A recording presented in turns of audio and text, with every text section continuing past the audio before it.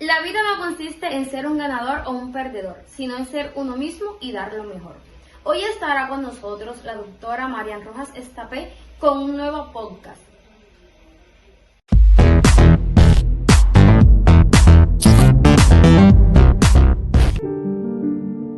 Queridos amigos, hoy os voy a hablar de un tema que me apasiona. Es probablemente uno de los temas que más trato en consulta, ya que subyace en muchos de los asuntos que me consultáis cuando venís a verme a terapia. ¿Amamos como nos amaron? Voy a ir haciendo una pequeña historia de cómo es nuestro mundo emocional desde la infancia, y ello influye en quienes nos convertimos de mayores, cómo elegimos pareja, o cómo boicoteamos las parejas que tenemos o las amistades. Voy a ir explicándotelo poco a poco.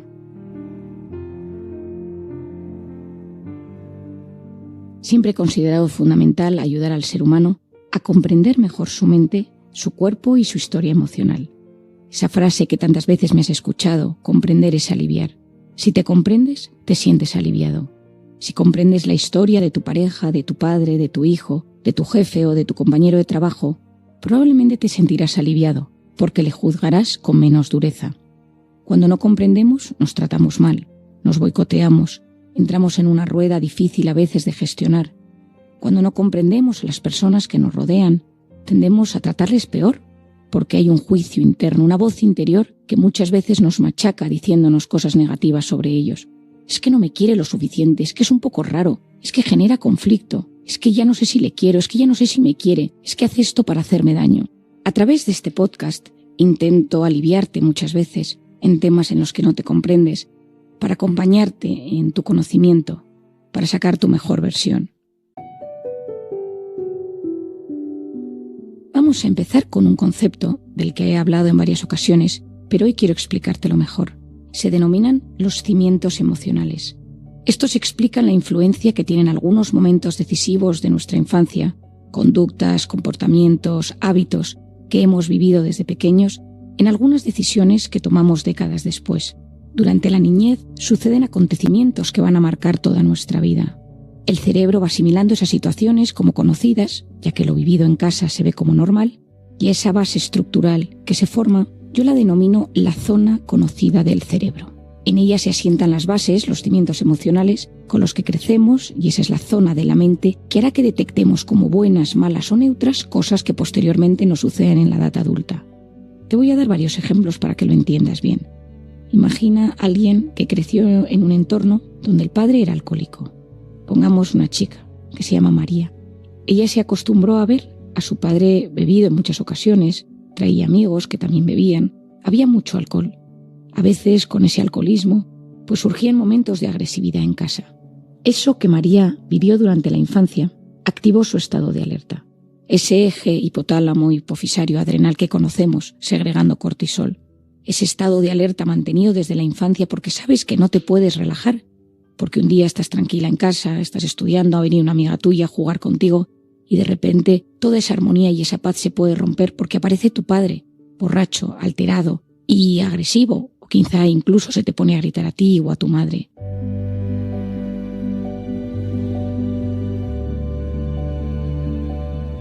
Esas situaciones desencadenan procesos fisiológicos en el organismo que hacen que uno rechace esas situaciones, que viva en situaciones de miedo o que incluso lo bloquee en su mente. Pasarán los años. ¿Y qué sucederá con María? Que ese sufrimiento vivido en la infancia puede no superarlo y por lo tanto ya será esclava de ese dolor. Y ahora entenderemos qué puede suceder en su conducta.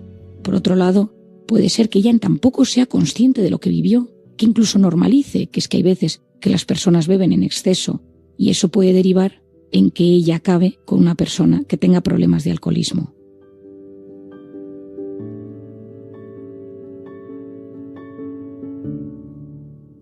Hace unos años, durante mi residencia, roté en la unidad de adicciones de la Comunidad de Madrid, en Majadahonda. La doctora Lola Baño, psiquiatra maravillosa y buena amiga, me explicaba muchas cosas. Recuerdo un día en terapia, junto con ella, que escuchábamos llorando a una mujer que decía: toda mi vida viviendo con mi padre con problemas de alcohol y ahora es mi marido el que me trae por el camino de la amargura con su alcoholismo. Yo me quedé impactada y sorprendida y hablando con la doctora, con la psiquiatra, le decía: ¿pero cómo es posible? Y ella me dijo: es algo muy frecuente, que gente que viene de entornos donde ha habido adicciones o alcoholismos acaben replicando esa situación en sus relaciones de pareja. Debido a esto, y ya me vas conociendo, yo quería saber por qué estas conductas se repetían, qué subyacía a estos comportamientos tan tóxicos en la elección de una pareja. Y me di cuenta, volviendo a nuestros cimientos emocionales, que lo vivido en casa muchas veces se ve como normal.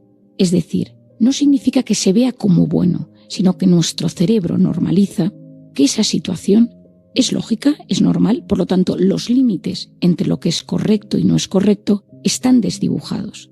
Te doy otro ejemplo. Joaquín fue un paciente que vino a mi consulta. Había vivido toda su infancia con discusiones de sus padres. Había un ambiente muy tóxico, porque siempre existía agresividad, tono alto, y había muy poca expresión de afecto. Al cabo de unos años, cuando él tenía 12 o 13 años, sus padres se separaron. La relación entre ellos fue siempre tirante, y los dos eran personas muy frías. Él vivió pocas expresiones de afecto en casa. Nunca se decía a nadie te quiero. Él tenía una hermana, unos años más pequeña, pero nunca se decían que se querían. Nadie se abrazaba, nadie se daba un beso. Era una relación familiar poco afectiva. Él creció de esta manera. Cuando se hizo más mayor, él llevaba una herida en su corazón, él llevaba una herida en su alma. Pero no lo sabía. Y en las relaciones de pareja que tuvo hasta que yo le conocí, las novias, las parejas le decían siempre, es que eres muy poco cariñoso, es que no expresas tus emociones. Efectivamente, él era así. Le costaba muchísimo decir te quiero, le costaba muchísimo tener muestras de afecto, pero cuando yo le conozco, él me dice, no sé por qué mis relaciones de pareja no funcionan. Y nos fuimos a esa infancia, dolorosa, donde él me explicaba que en alguna ocasión que él necesitaba un abrazo y se acercaba a su padre o a su madre, estaban tan enganchados en sus discusiones de adultos que no se daban cuenta que ese niño necesitaba un abrazo. Y creció con ese apego inseguro, evitativo que llamamos, del que te hablo en Encuentra tu persona vitamina, guardando sus emociones, sus sentimientos e intentando no necesitar nunca un abrazo, porque no hay nada peor que necesitar que alguien te alivie una pena y que no exista esa persona que te alivie la pena. Y esto es especialmente importante en la infancia. Ese niño que se cae, que se siente solo, que tiene una humillación, que sufre un abuso, que busca pues ese abrazo de un padre, una madre, de un abuelo, de un profesor, de un hermano mayor, y no llega a nada. Eso es extremadamente doloroso. El cerebro se tiene que proteger y busca la manera de no sufrir, y para ello lo mejor es decir, no lo necesitas. No hace falta que alguien te abrace, tú puedes solo, pero esa coraza a la larga nos genera muchos problemas en la relación con los demás y sobre todo si en la edad adulta. Joaquín o cualquier persona quiere encontrar una pareja estable con la que poder tener una buena comunicación, un lenguaje del amor adecuado y saludable. Lo interesante es que a medida que nos hacemos mayores, sufrimos una evolución con respecto a lo que hemos vivido.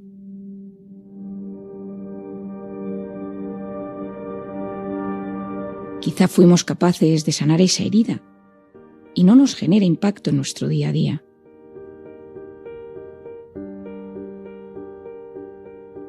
Quizá sí que se ha quedado enquistada y ha dejado una profunda huella en nuestra forma de ser.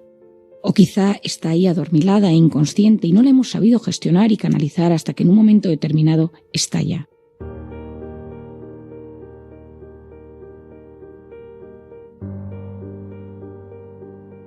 ¿Nos determinan siempre estos cimientos emocionales? Afortunadamente no.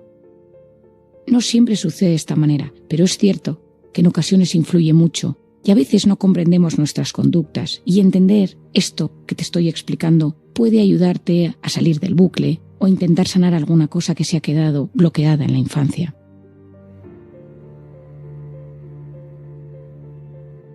Te voy a contar qué me sucedió con una paciente, Sara, que vino a verme hace unos años. Sara era una chica que había vivido en un ambiente con un padre que bebía mucho. No era un alcohólico de agresividad y de violencia, pero sí siempre tenía una copa en casa y en esa copa a veces se desinhibía y decía cosas que le hacían daño a ella. Ella sabía que su padre era una persona muy serena, muy buena. Cuando venían sus amigos a ver el fútbol, a veces cuando tenía cenas y volvía a casa, solía decirle cosas a ella que le sentaban mal. Sara era una persona de altísima sensibilidad y que todos estos comentarios de su padre le hacían muchísimo daño. Le quería con locura, pero esa faceta del padre tras el consumo de alcohol le hacía mucho daño. A medida que se fue haciendo mayor, Sara decidió que odiaba el alcohol. Nunca bebió y buscaba una pareja que no bebiera alcohol. Conocía a algún chico, salía con él, quedaba, pero a poco que él se tomara 2 copas, ella no volvía a quedar. Era una chica muy guapa, muy estilosa, con mucha gracia y sentido del humor, pero tenía ahí un tema con el alcohol muy fuerte. Al cabo de unos años acudió a terapia. Se daba cuenta que tenía un problema con este asunto, ya que en muchas ocasiones estaba cenando, se lo estaba pasando bien, y alguno de sus amigos del alma se tomaba una copa de más y ella se ponía de mal humor. Incluso se ponía agresiva, se levantaba y se iba. Y sus amigos le decían: te tienes que curar, algo te pasa ahí. Tampoco estamos borrachos, no nos puedes mirar de esta manera. Al cabo de un tiempo conoció a un chico estupendo. Había nacido con un problema de hígado y no podía beber alcohol, así que nunca había consumido. Era perfecto para ella, porque nunca bebía nada de nada. Salían a cenar y no tomaban ni una gota de vino ni de cerveza ni ningún tipo de licor. Al cabo de 2 años de relación, acudieron juntos a una boda, la boda de uno de los mejores amigos de él. En el momento del brindis, la pareja de Sara dijo unas palabras de agradecimiento con una copita de champán en la mano y bebió un sorbito, no más. Ella, al verlo, se puso furiosa y se marchó de la boda. Cuando yo la vi al cabo de unos días me dijo: he cortado con él, me falló, tomó champán. Y le dije: tu herida no está sanada.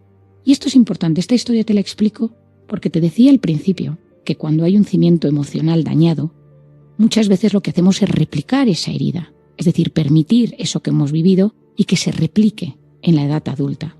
Pero a veces puede pasar que huyamos en sentido contrario, es decir, que eso que nos ha hecho tantísimo daño no queramos verlo ni en pintura, ni en la sombra de lo que fue, absolutamente nada.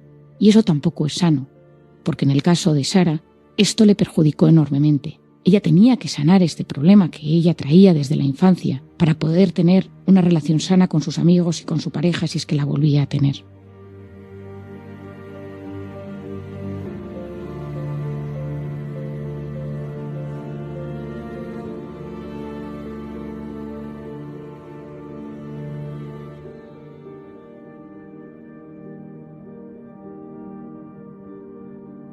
La mente necesita hacer un ejercicio de superación y maduración. Hay que hacer un clic interior.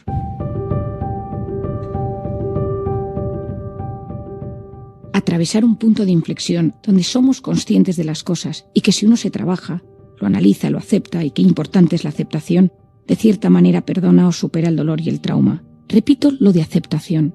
No podemos eliminar cosas del pasado que nos hicieron daño, pero podemos aceptarlas. Esa frase que tantas veces he repetido de perdonar es ir al pasado y volver sano y salvo. No significa que vuelvas al pasado y te encante lo que sucedía o te traigas a esas personas que te hicieron daño a la edad adulta y compartas con ellos tu día a día. Significa que cuando echas la vista atrás notas que no duele, que no activa tu estado de alerta, que no te intoxicas de cortisol.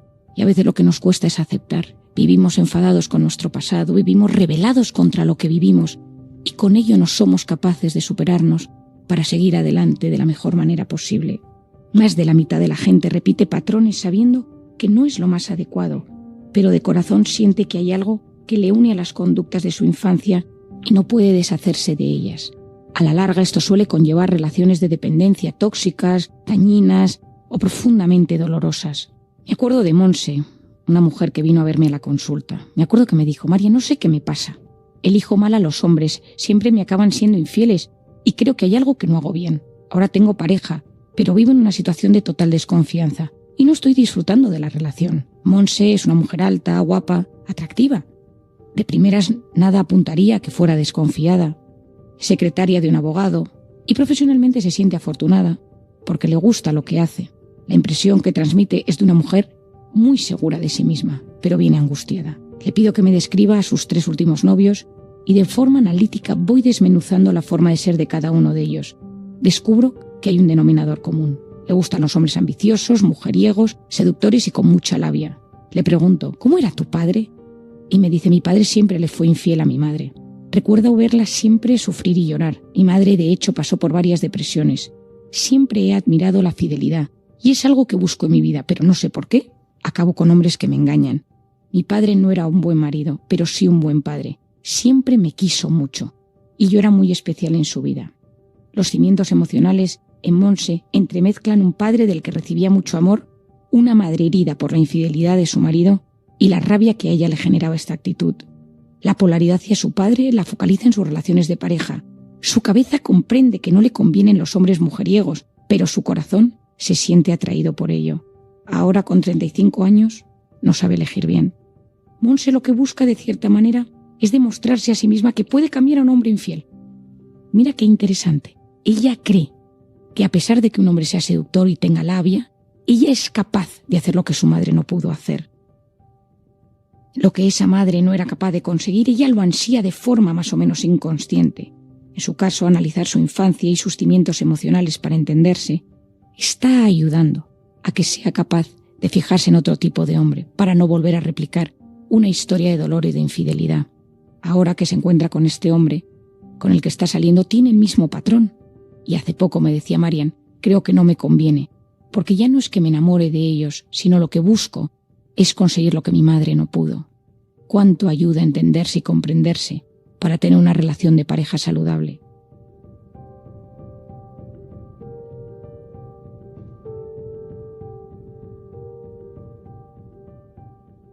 Quizá te veas reflejado o reflejada en algo de lo que te estoy contando.